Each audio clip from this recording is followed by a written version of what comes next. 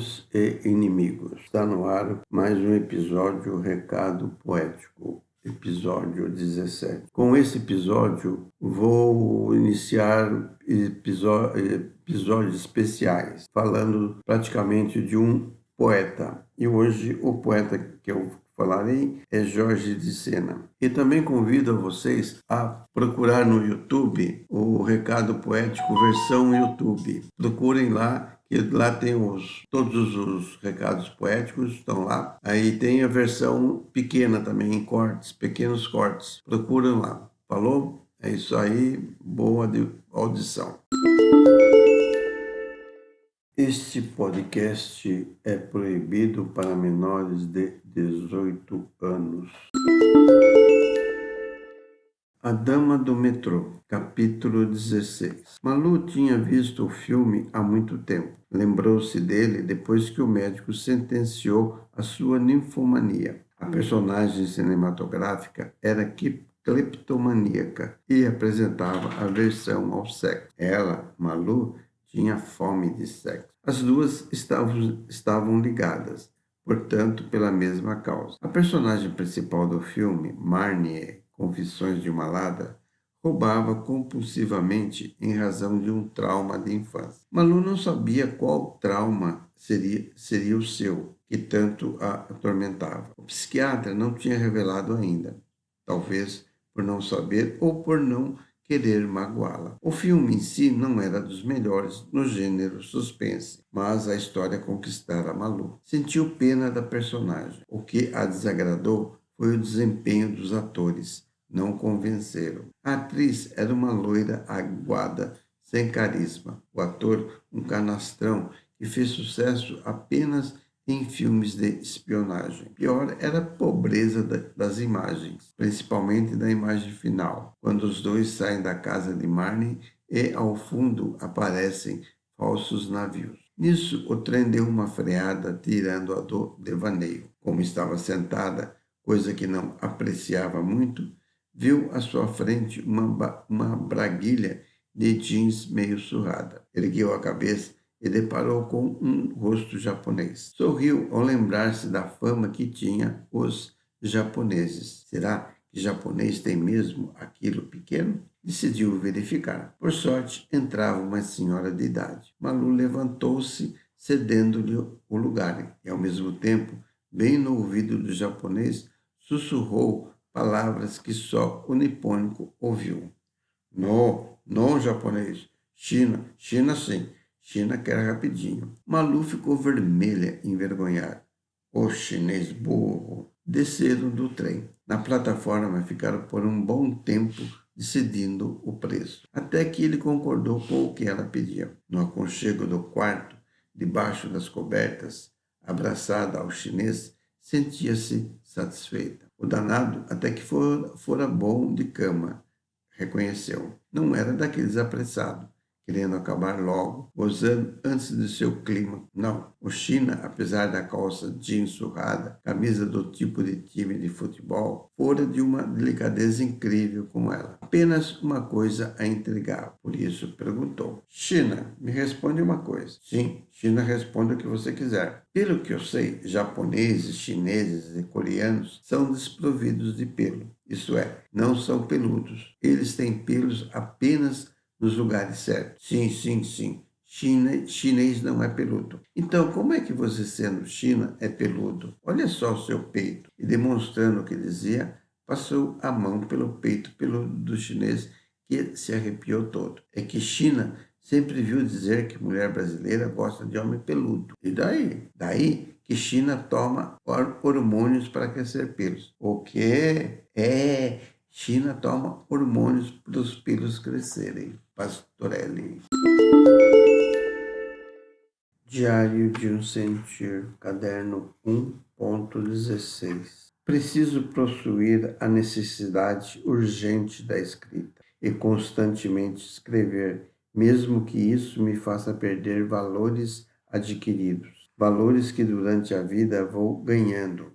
Devem ser substituídos por outros, às vezes mais contundentes, mais significativos, mais relevantes que os anteriores. Quando não há essa substituição, me perco, caio numa modorra bestial, num poço sem fundo. A vida torna-se um labirinto sem saída, onde não terei mais definição do que me será daqui para frente. Viver por viver, sem significação, sem vontade própria, agindo mecanicamente por agir, para não morrer, por covardia. Não há mais esperanças. Estou apenas à espera de uma coisa: a morte. Não a morte suicida, mas a morte que, se houver, o destino me trará. Pastorelli. Não tenho mais palavras. Se revoltaram, fugiram. Ficou um vazio de palavras. Como poderei agora dizer o que quero se as palavras se soltaram no perivento e se perderam no emaranhado de citações e frases melosas e de autoajuda que ajudar mesmo não ajuda nada? Não posso mais dizer o que lhe queria dizer. É constrangedor querer lhe dizer te amo, se não tenho mais com que lhe dizer o te amo, entende? Os lábios se mexem no silêncio dos movimentos. A mão empunha esferográfica que desliza emaranhados caracteres sem conteúdo que nada significam para mim e muito menos para você, caso queira ler. Deveria me aborrecer com tal problema, mas não me aborreço, pois vejo isso como exercício, não é? E por outro lado, nada de desespero. O desespero é um inútil que só faz merda. Quem é Jorge de Sena? Texto retirado do site Ler Jorge de Sena. Jorge de Sena nasceu em Lisboa em 2 de novembro de 1919, numa casa da rua José Falcão, esquina com Antônio Pedro a Arroios, onde viveu até o 1953. Essa casa foi demolida poucos anos depois desta data, mas é o cenário do conto A Janela da Esquina, do volume Andanças do Demônio. Filho único e tardio de Augusto Raposo de Sena, natural dos Açores e comandante da Marinha Mercante, e de Maria de Luz Grilo de Sena, natural de Convilhã, ambos falecidos já. A família paterna era largamente de origem ou fixação açoriana. A da mãe era do Porto, com raízes transmontanas em cristãos novos ou cripto-judeus. Ambas as famílias da alta burguesia e a família paterna, mesmo com presunções de aristocracia velha e predominância de militares, altos funcionários, etc., enquanto a materna era sobretudo de poderosos comerciantes portuenses. Nos fins do século XIX, os avós maternos, após a derrocada de sua casa, transferiram-se para Angola, onde vários tios nasceram e a descendência deles se multiplica. Mais tarde, os avós maternos regressaram a Portugal, fixando-se em Lisboa, onde vieram a morrer. A avó materna, depois de viúva, foi viver com o casal Sena, que, segundo as suas rígidas normas matriarcais, tinha direitos de primogenitura, já que Maria da Luz era a filha mais velha dos 14 filhos que tivera. E essa senhora teve uma influência cultural notável em quem foi o seu neto preferido. Jorge de Sena estudou a instrução primária e alguns dos primeiros anos do liceu no Colégio Vasco da Gama, hoje extinto e substituído por um colégio de freiras, e concluiu os estudos liceais no Liceu Camões. Já nos outros escritos, O Poeta é um Fingidor, Lisboa, 1961, foi referido que uma sua tia-avó paterna era amiga de juventude da mãe de Fernando Pessoa, que, em casa dela, Jorge de Sena às vezes viu, quando não sabia ainda, nem estava em idade de pensar quem ele fosse. E é interessante referir que no sexto e sétimo ano de ciências no Liceu Camões, Senna teve como professor de físico-químicas um jovem que iniciava sua carreira. Se chamava Rômulo de Carvalho e é hoje o poeta Antônio Gedeon. Os pais de Senna conheceram-se quando Maria da Luz, que se educara no Colégio de Santa Joana em Aveiro, instituição dominicana de grande prestígio na época, e que é hoje o museu regional daquela cidade, e onde ficara como instrutora, regressou à casa paterna em Angola, no Planalto de Uruíla. Daí voltou ela pouco depois a Lisboa para casar. E, em Lisboa, viveu a sua vida inteira. Os navios, o mar, a vida marítima foram uma realidade doméstica e pessoal de Jorge de Sena, parcialmente descrita no conto Homenagem ao Papagaio Verde, publicado recentemente em O Tempo e o Modo. E a carreira com que sonhava e seu pai para ele sonhava, mas em termos mais altos, a Marinha de Guerra. Por isso tirou os preparatórios para a Escola Naval, onde entrou em 1937, como no primeiro do seu curso. Como cadete de Marinha, esteve em Cabo Verde, São Tomé, Brasil, Angola, Canárias. Algumas das suas recordações de viagens foram usadas no tríptico Duas Medalhas Imperiais, com Atlântica, publicado em Andanças do Demônio, e no conto longo ou novela A Gran Canária, do volume inédito Os Grandes Capitães. Demitido da Marinha de Guerra, e seu desejo teria sido ingressar na Marinha Mercante, no que seu pai não consentiu, ou de prosseguir uma carreira de matemática para o que o chamavam as altas classificações, que tirara nos preparatórios para a escola naval.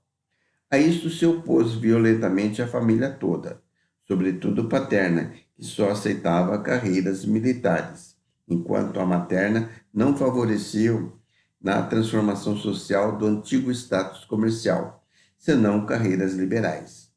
Naquele tempo, as famílias tinham ainda um poder enorme na vida das pessoas e tê-lo-iam bem mais, nesse caso particular, após anos e anos de regerem o filho único de um pai sempre mitologicamente ausente e que, subitamente, por um desastre e por uma doença, se tornara um inválido e se considerava desesperadamente e obsessivamente algo como um navio retirado de circulação e ancorado no Mar da Palha, antes de ser desfeito para sucata. Jorge de Sena começara a escrever conscientemente, e muito mal, nos princípios de 1936, sob a influência inicial de ter ouvido pela rádio La Cathédrale en Glotier de Debussy, o que é contado nos poemas do último livro, A Arte da Música. Mas era então, e no meio familiar, impensável, além de impossível, para quem tirara o curso complementar de ciências, um curso de letras. Foi então escolhido o curso de engenharia, compromisso entre as matemáticas indignas e as profissões liberais condignas, que Sena tirou na Faculdade de Ciências de Lisboa e completou em 1944 na Faculdade de Engenharia do Porto. Naquela Faculdade de Ciências, conheceu e teve por colega José Blanc de Portugal. E a sua estreia em letra de forma fez-se num jornalzinho efêmero que nessa faculdade se publicou. De 1936 a 1939, Jorge de Sena desenvolveu a sua cultura literária, sem qualquer convívio com os meios receptivos. Era de colegas de ciências o conhecimento com José Blanc. E, quando a Presença publicou em 1939 o poema Apostila de Álvaro de Campos como inédito, escreveu uma carta chamando a atenção para o fato de que esse poema havia sido publicado vários anos antes em Notícias Ilustrado, como variantes.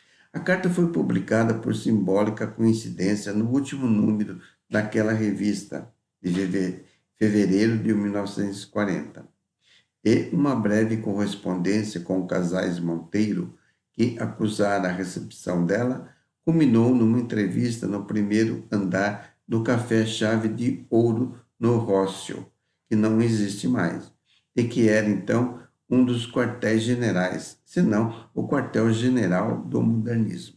Aí se reunia quase toda a gente que vivia em Lisboa. E aí apareciam os que a Lisboa vinham de vez em quando. Havia várias presidências de mesa, então apenas cordialmente hostis umas às outras e que eram regularmente ocupadas por Gaspar Simões, Casais Monteiro e José Osório de Oliveira. Foi aí, no Chave de Ouro, que Jorge de Sena conheceu os rapazes dos cadernos de poesia.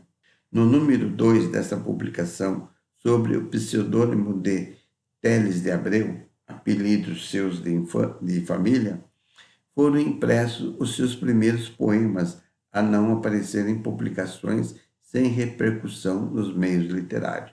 Foi isto em 1940.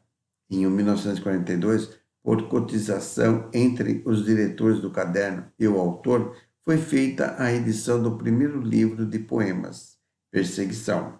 Nesse mesmo ano, realizou Sena a sua primeira conferência pública, por ação de Rui Sinatti, na Juventude Universitária Católica, a que não pertencia, nem pertenceu nunca.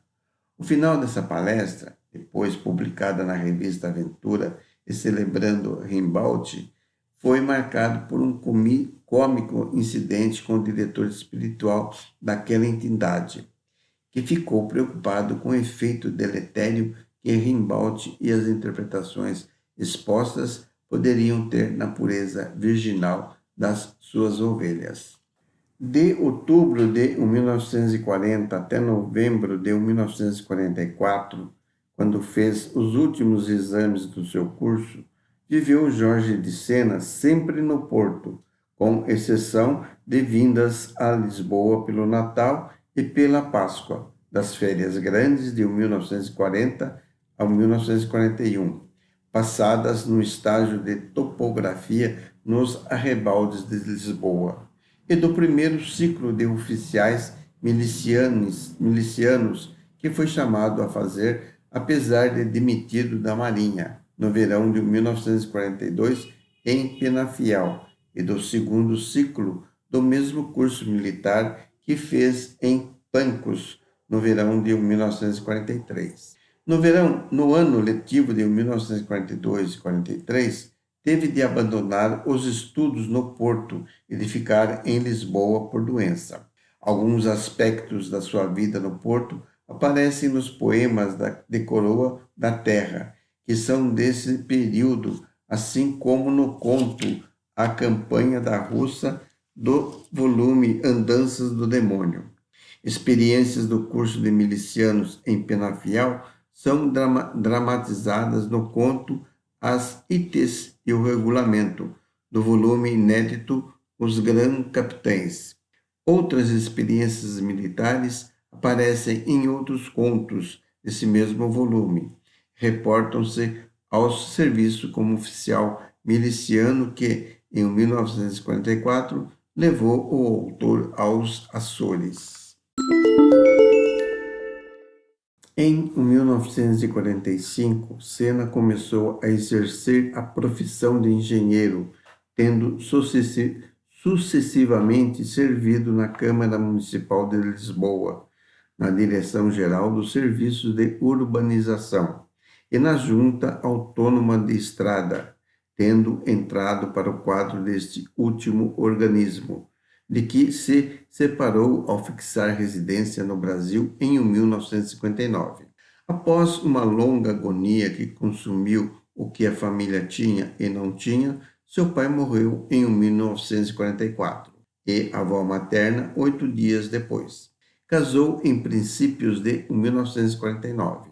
De 1949 a 1959, nasceram ao casal 7 filhos.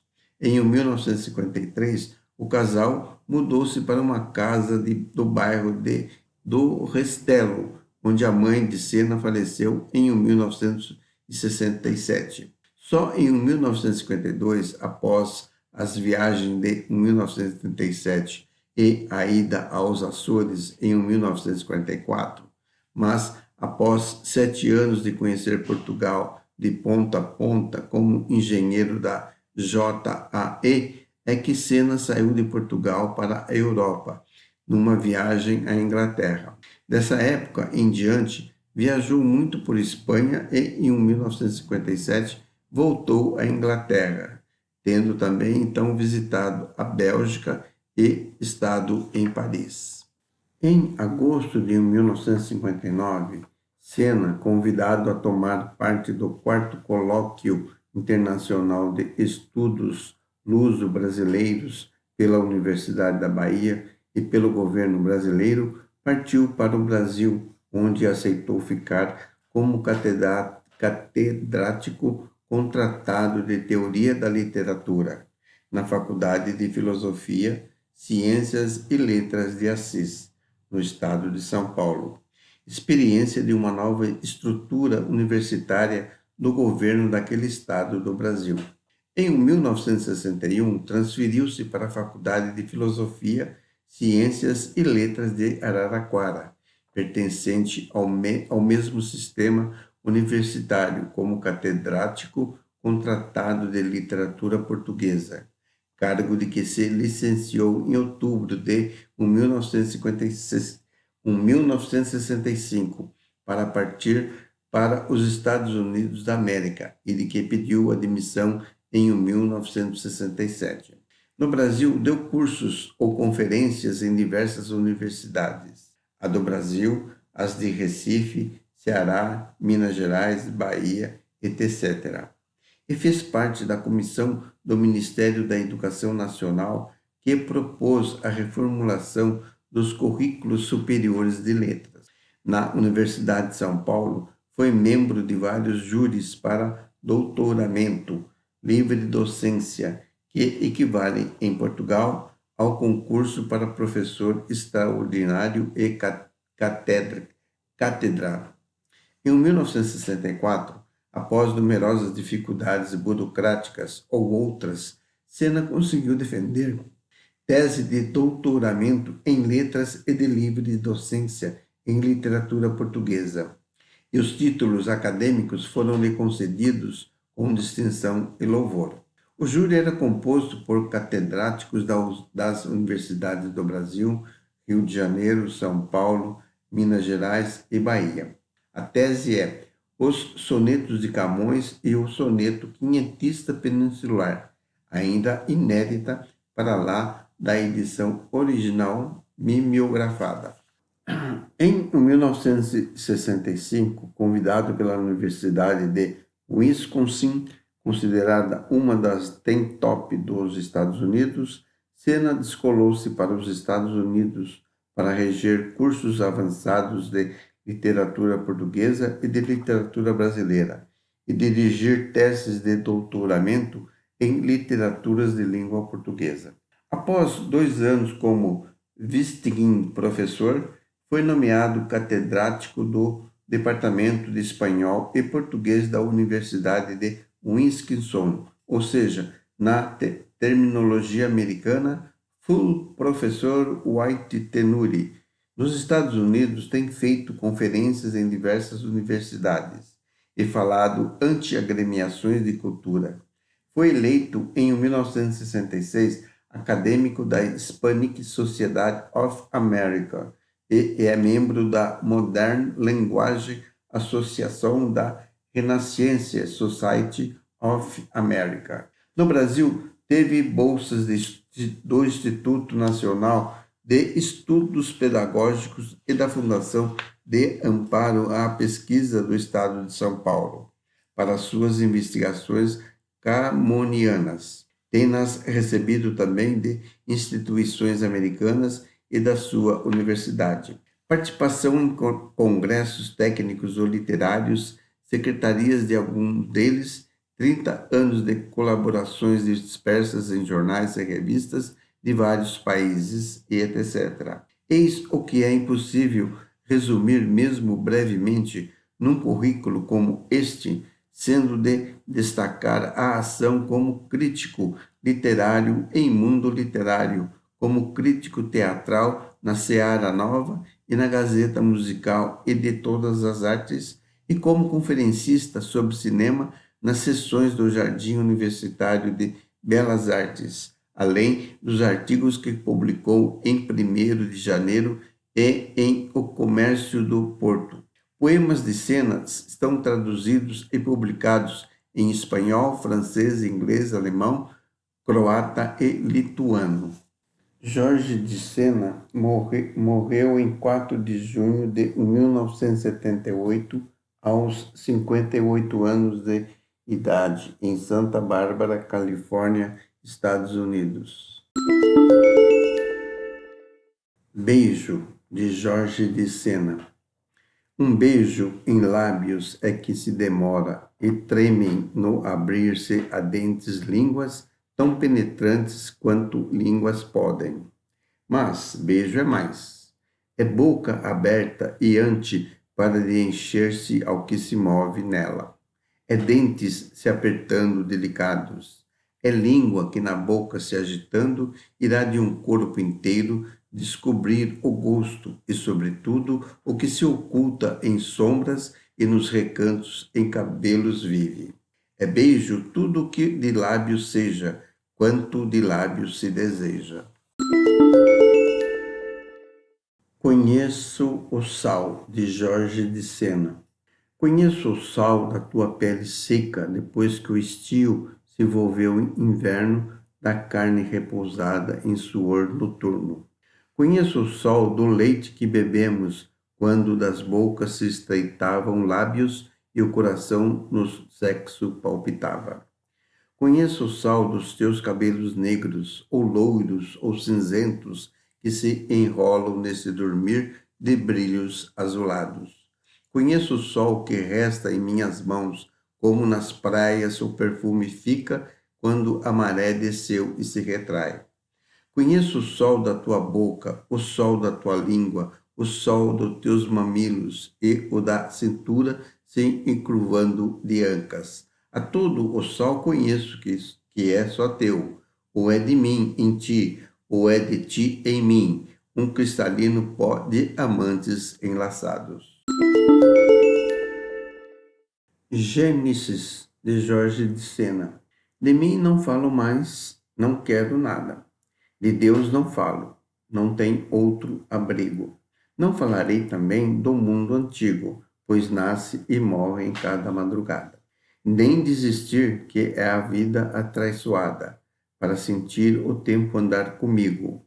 Nem de viver, que é a liberdade errada, e foge todo o amor quando o persigo.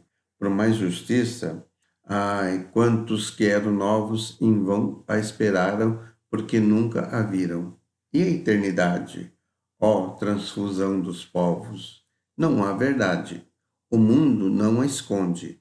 Tudo se vê, só se não sabe onde. Mortais ou imortais, todos mentem. O corpo não espera, de Jorge de Sena. O corpo não espera, não, por nós ou pelo amor. Este pousar de mãos tão reticente e que interroga a sós a tépida secura acetinada, a que palpita por adivinhada em solitários movimentos vãos, este pousar em que não estamos nós, mas uma sede, uma memória, tudo o que sabemos de tocar desnudo, o corpo que não espera. Este pousar que não conhece, nada vê, nem nada ousa temer no seu temor agudo. Tem tanta pressa o corpo, já passou quando um de nós ou quando o amor chegou. Recado Poético é uma produção independente. Roteiro, pesquisa, texto e apresentação Pastorelli. Assim termina mais um recado poético, mais um episódio 17. Esperando que tenham apreciado a boa poesia e peço que divulguem, compartilhem, para que chegue aos apreciadores do fazer poético. E lembre-se que no YouTube eu estou postando a versão YouTube e tem pequenos cortes que vocês podem apreciar. Obrigado e até o próximo.